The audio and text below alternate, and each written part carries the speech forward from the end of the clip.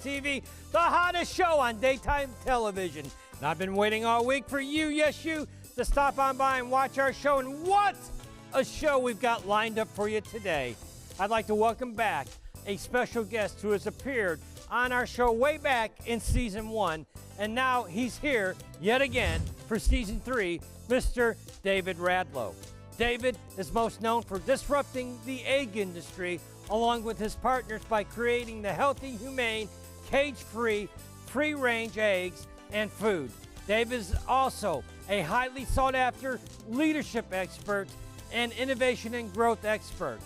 He's a Fortune 500 international speaker and best-selling author of the book Principles of Cartel Disruption that beat out Paul Volcker and Senator Tim Scott on the day of David's book debut.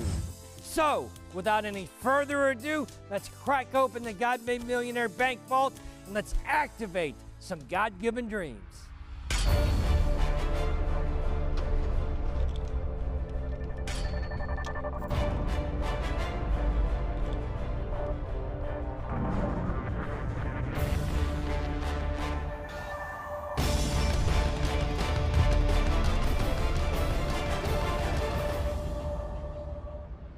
Hey, David, welcome back to our show for Season 3 of our show. I know you were here in Season 1, and you've been busy since Season 1 appearance. You've written yet another book, Secret Stories of Leadership, Growth, and Innovation. I want to talk to you about this book that debuted on the bestseller list on Amazon when it debuted. But first, what I want to do is for our audience listening at home, I want to play just a clip from your Season 1 appearance. How does somebody disrupt a multi-billion-dollar industry? Because that's what you've done in the egg industry. You do it one day at a time, and you do it with a lot of great partners that work together with your talents. And you do this first by taking the category itself, and you want to take a look at your sustainability factors, social drivers, and health drivers, and humane drivers, and then all of a sudden you have in what's good, what's better, and what's best, and you come out with new packaging. Some may be plastic, some may shout out a little bit with a great brand, and then from there you are able to expand on that category. So when a consumer goes to the supermarket, they're going to spend 7 seconds, but they're going to spend 7 seconds right in that category. Through this innovation, we were able to disrupt the egg category, and we were able to grow it to a level to now it's a multi-billion-dollar separate category of itself. All right, David. Here's what I want to know.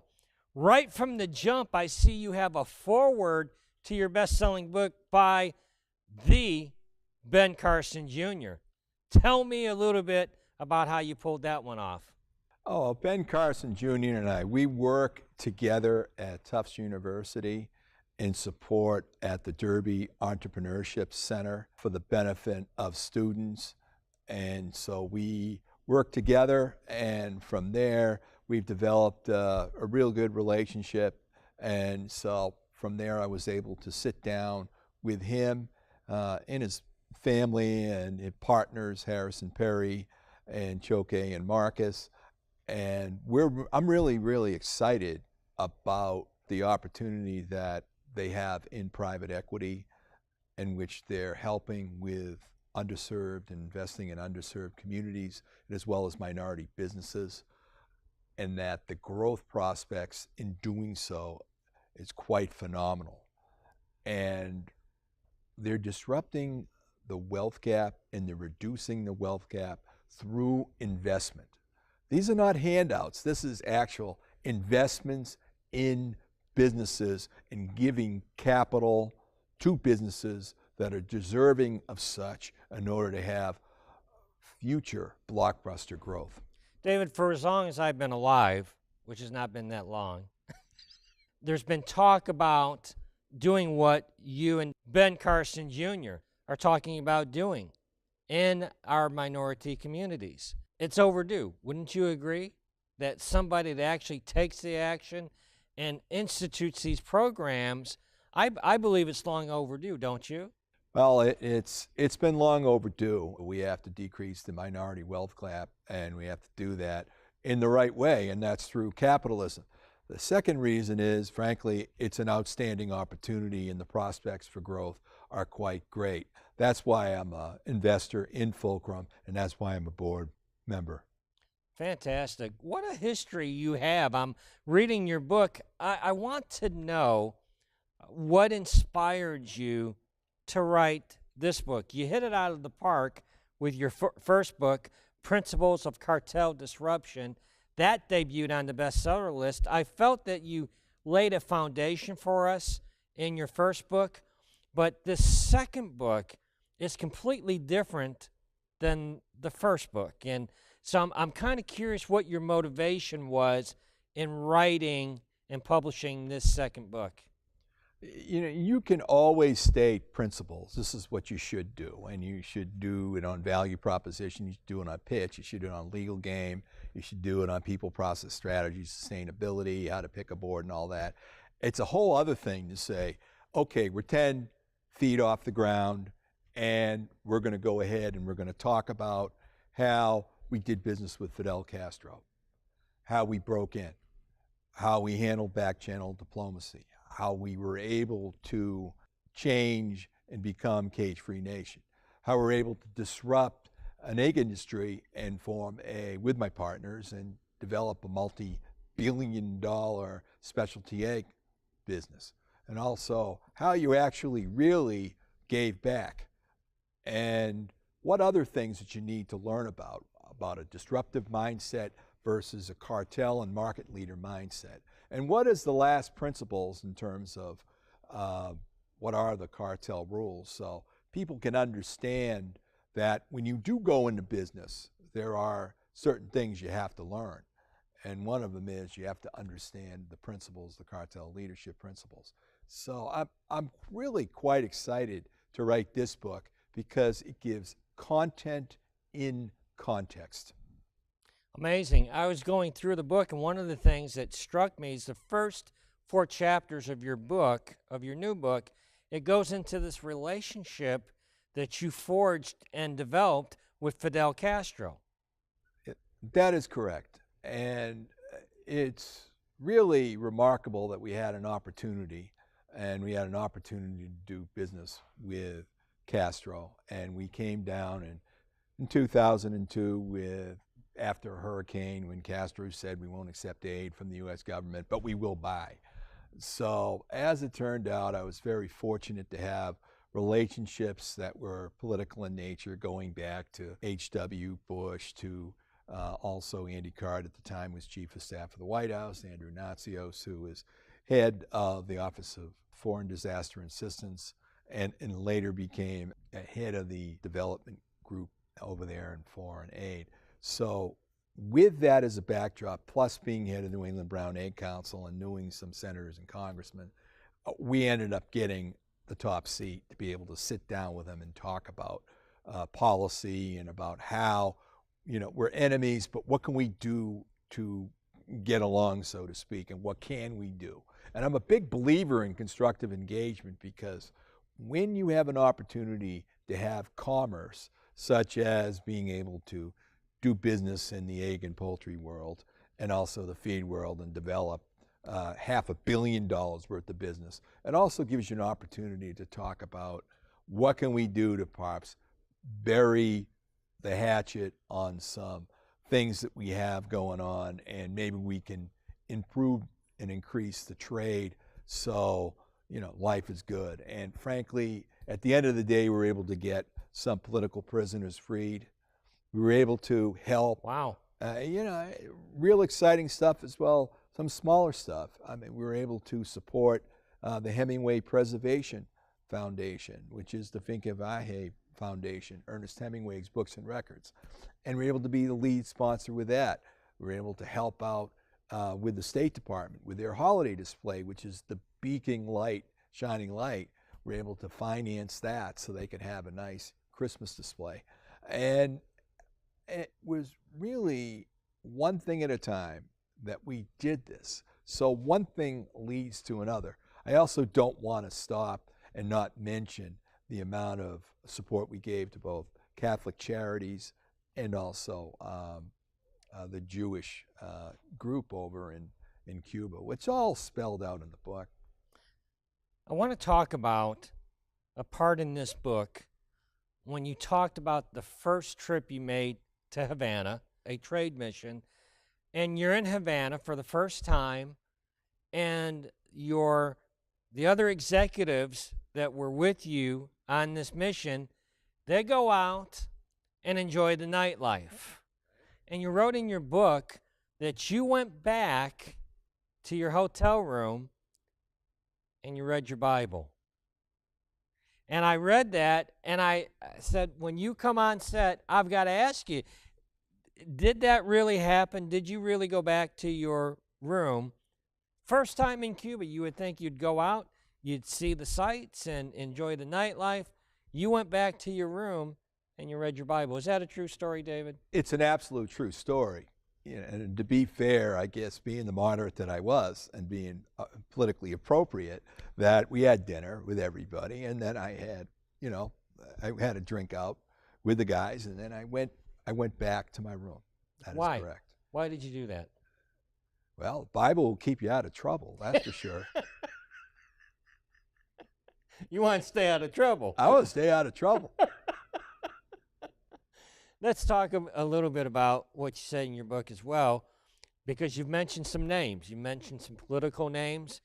And what I found interesting is that you said in your book that you are not a Democrat, you are not a Republican, you're a capitalist.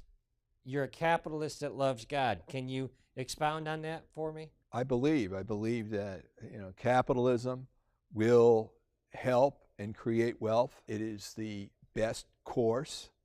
I'm not a communist. I'm a capitalist, and I believe in that. And also, I am an absolute believer in God. And those two things nowadays, may not be politically appropriate in some circles to say those things. But I will tell you, it is what I am a believer in. If there was a party that I'd have associate to, it wouldn't be the Socialist Party, it would be the Capitalist Party that believes in God. Amen. Amen. Hey everybody, T.C. Bradley, host of God Made Millionaire TV, and I'm honored and privileged to host the hottest show on TV, where each and every Sunday we feature God's people, faith-based entrepreneurs and leaders activating their God-given dream right before your very eyes. I want to encourage you that if you're somebody that God has given a God-given dream, I invite you to come on our set and activate your God-given dreams. Book a call with our producers and walk in your destiny. I have heard for as long as I've been in business that your net worth is tied to your network. And what I found interesting is in that first meeting that you had in Cuba, one of the first things they wanted to know was who you knew, who was involved in your network. And all of a sudden, because of your network, you were able to be seated 2 seats away from Fidel Castro. You want to talk about that? Well, that is correct. So to expand your network is very important. It was a great experience, and I never thought for the life of me that all that work that during all those years, all those intern experiences, all those nights, all the things that we did in order to build the network with H.W. Bush, with Andy Card, with Andrew Natsios, with all the congressmen and senators in both New England and throughout the United States, that would be an asset someday, and it came in big. If you're watching this at home and you think that you've got to force your way into those seats, you don't have to force your way into the seats. I believe you were appointed to be in that moment in time. That was a destiny moment for you, David. in that moment of time, and you were prepared for that moment as well, because you actually negotiated 2 trade deals in that meeting, did you not, sir? Yes, that is correct. The first thing we negotiated on behalf of industry was that Cuba was going to buy eggs. And it was just a very interesting moment where Castro agreed, and we were having banter, and I just looked at him and I said, "Is there anything you'd like me to tell the Chief of Staff of the White House?" And he came back and said, "We're buying eggs." And I said, "Oh, okay, well, that's one deal done." Okay, and I said, "Fair enough," and then I shut up. And then they started to talk about his great technology in the Cuban biotechnology industry, and they presented one product. And I just happened to be in the ag biotech business too. And I said, "Well, is there a possibility that we can negotiate and be able to take that product and run it through the process back in the United States?" And he says, "You got a deal." And I was shocked. But really, who's going to go against the word of the chief dictator and president of the island? No one. Right, right. And then you smoked a cigar. Smoked a cigar. It was about 2:30, 3 o'clock in the morning, and after negotiating all night, back and forth, it was time to smoke a cigar. And it was interesting to me is that I didn't know this about Fidel Castro, is that he actually, I think you wrote, he went to Columbia University, wanted to go to Harvard University, but he went to Columbia University. We presented him the proclamation calling for the end of the embargo from the state of Maine, and it was voted on. And he looked at me and said, in English, the only time he spoke to me in English was, "David, I am a very happy man. I wanted to go to Harvard Law School. They wouldn't give me a scholarship, so I went to Columbia instead. And we had a great time on the Upper West Side. I lived on the 3rd floor." And he shared with me the address. And then he said, "But later on, I got a call from Che Guevara, and he wanted me to come back and establish roots and establish a revolution and take over the island. You think I made the right decision?" And I said, "Yeah." I said, "You know what I mean? Come back and, be right here and take over an island. Yeah, I think you made the right decision." And he said, "I run the politics, and my brother runs the military and the business, and together we own the island. What do you think of my costs?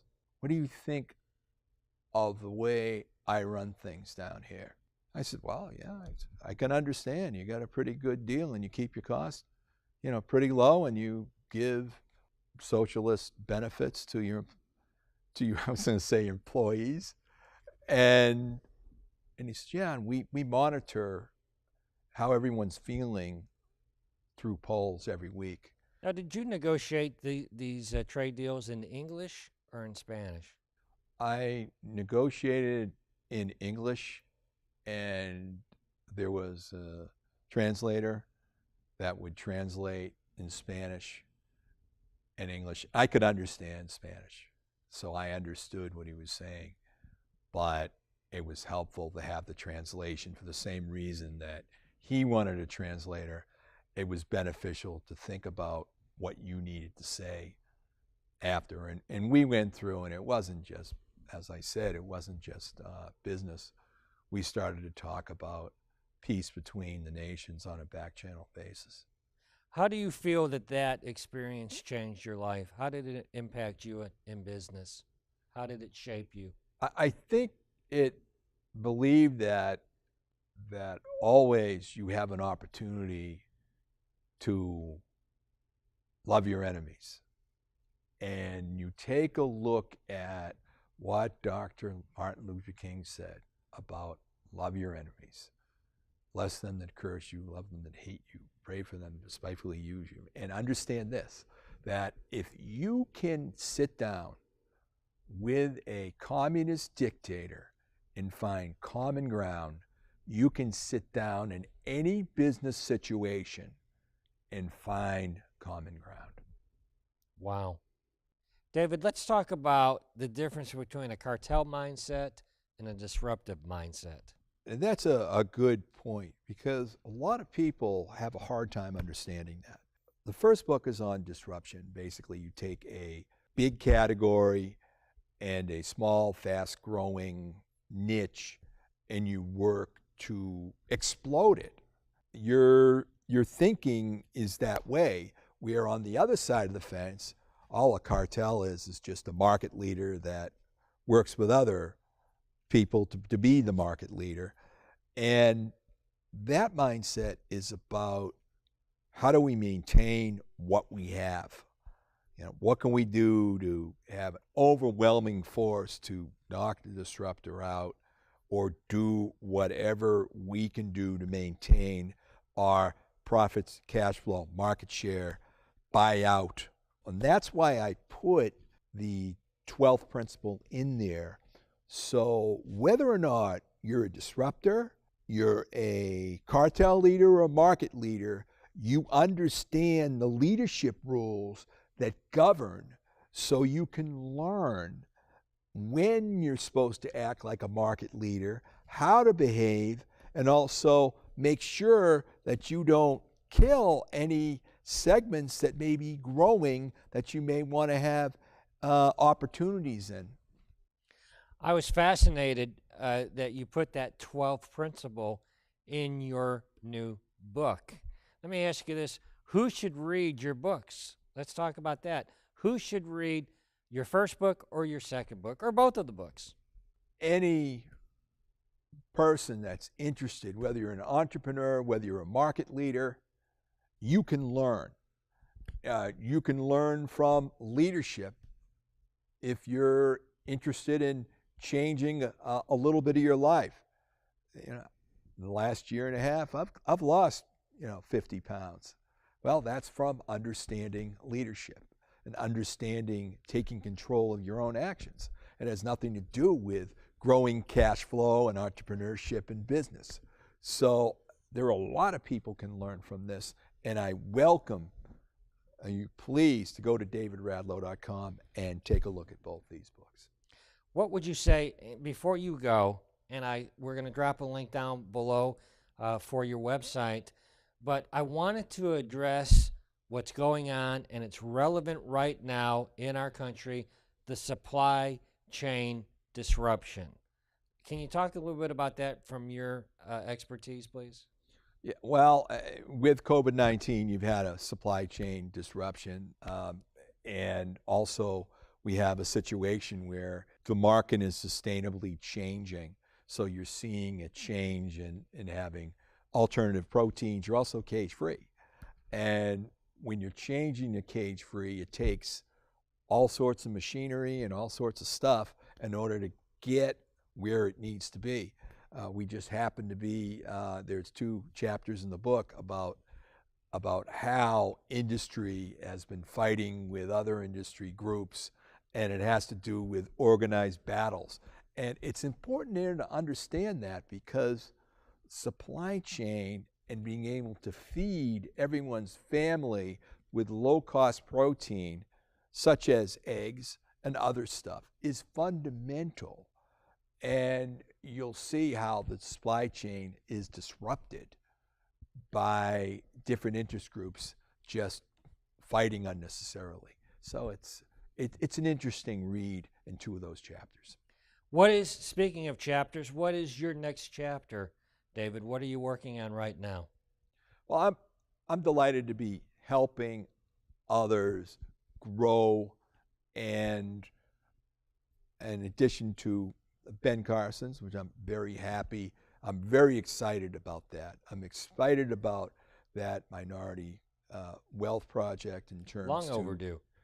Absolutely. You're going to finance the opportunity to disrupt the sector and put the cash into those of underserved communities. I'm also, of course, excited, like I was before, and the Tufts group, both in entrepreneurship and also the innovation group in food.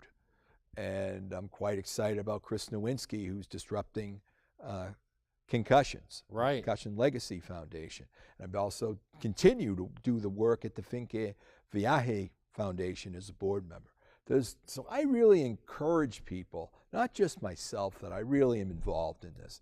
I encourage people to put their time, talents, money, and finance behind projects that are meaningful to change the world for better. David Radlo, best-selling author, two times, baby, industry disruptor, and a friend of our show. Thank you so much for coming by. Will you come back and see me again? I would love to. Thanks, TC, for this opportunity. Thank you, David.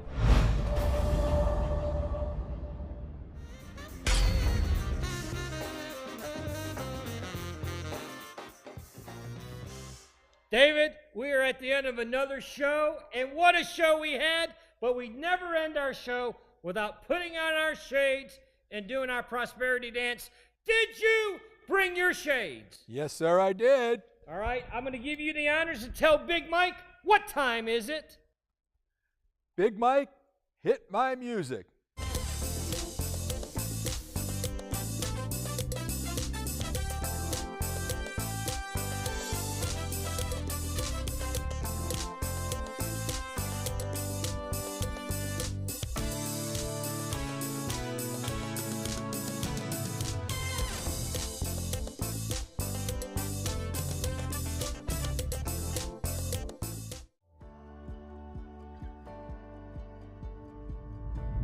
Hey everybody, TC Bradley, host of God Made Millionaire TV, and I was thinking the other day of how my life was profoundly impacted and changed for the better when I published my first book, Supernatural Success. Within 45 days of publishing that book, I signed a major TV deal to feature and promote my book on that TV show. After that, I published another book, got invited back to another TV show. If you're watching this video, listen. You've been given a God-given dream to publish a book. He's given you an assignment to do, and like me, you want to try to talk yourself out of it. I didn't talk myself out of it, and my life was profoundly changed. I want to help you publish your book. If you've been given a God-given dream, an assignment to publish your book, well, we have a publishing company designed specifically from A to Z to handle all of those details for you. All you need to do right now at this point is set an appointment up with our publishing company so that we can talk to you about bringing your book to the marketplace and your voice to the nations on our show, God Made Millionaire TV, as a published author.